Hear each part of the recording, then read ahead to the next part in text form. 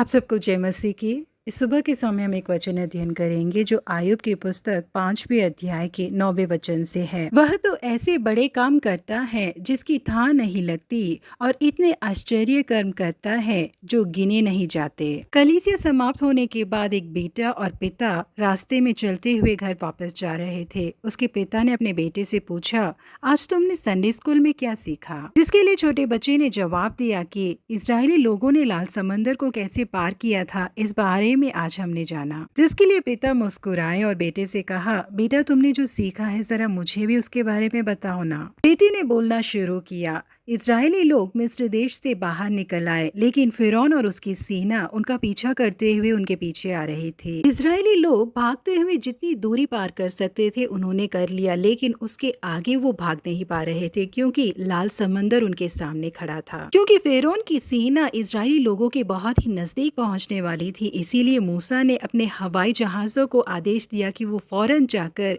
फिरौन की सेना के ऊपर बमबारी करे। इजराइल की वायु सेना जब फिरौन के योद्धाओं के ऊपर बमबारी कर रही थी, उसी दौरान समंदर के अंदर से बहुत सी मधुमक्खियां निकली जिसने एक छोर से दूसरी छोर तक पुल बना दिया। उस पुल के ऊपर चलकर ही पूरे इजरायली लोगों ने उस समंदर को पार करके दूसरी ओर तक पहुंच गए। मूसा ने अपनी वायुसेना को आदेश दिया कि मिस्र देश के योद्धाओं को उस पुल के ऊपर आने दो, तब तक इंतजार करो। जैसे ही मिस्र के सैनिक उस पुल के ऊपर चढ़कर आ रहे थे, मूसा ने अपने वायुसेना को आदेश दिया कि उस पुल के ऊपर बम गिराकर उसे उड़ा दो। जैसे ही वो बम जाकर उस पुल पर गिरा तो वो पूरी तरह से टूटकर समंदर में डूब गया और उसके ऊपर जो मिस्री सेना थी वो भी उस समंदर में डूबकर मर गई करके अपनी कहानी को बहुत ही जोश के साथ वो बच्चा सुना रहा था। इसे सुनने वाले उसके पिता बहुत ज्यादा हैरान हो गए और उससे पूछने लगे, क्या तुम्हारी संडे स्कूल टीचर ने तुम्हें मूसा के बारे में ऐसी कहानी सुनाई है? जिसके लिए बच्चे ने कहा कि नहीं नहीं पापा, मेरी टीचर्स ने मुझे ऐसी कहानी नहीं सुनाई। जो कहानी उन्होंने मुझे सुनाई है, अगर मैं आपको बताऊंगा तो आप उस पर विश्वास नहीं करेंगे, इसीलिए मैंने आपको ऐसी कहानी सुनाई। जी हाँ, परमेश्वर ने इजरायली लोगों के लिए जिन अद्भुत कार्यों को किया था वो मनुष्यों के विश्वास करने लायक नहीं है, उनके समझ से परे है, उन लोगों के लिए बहुत ही अद्भुत है।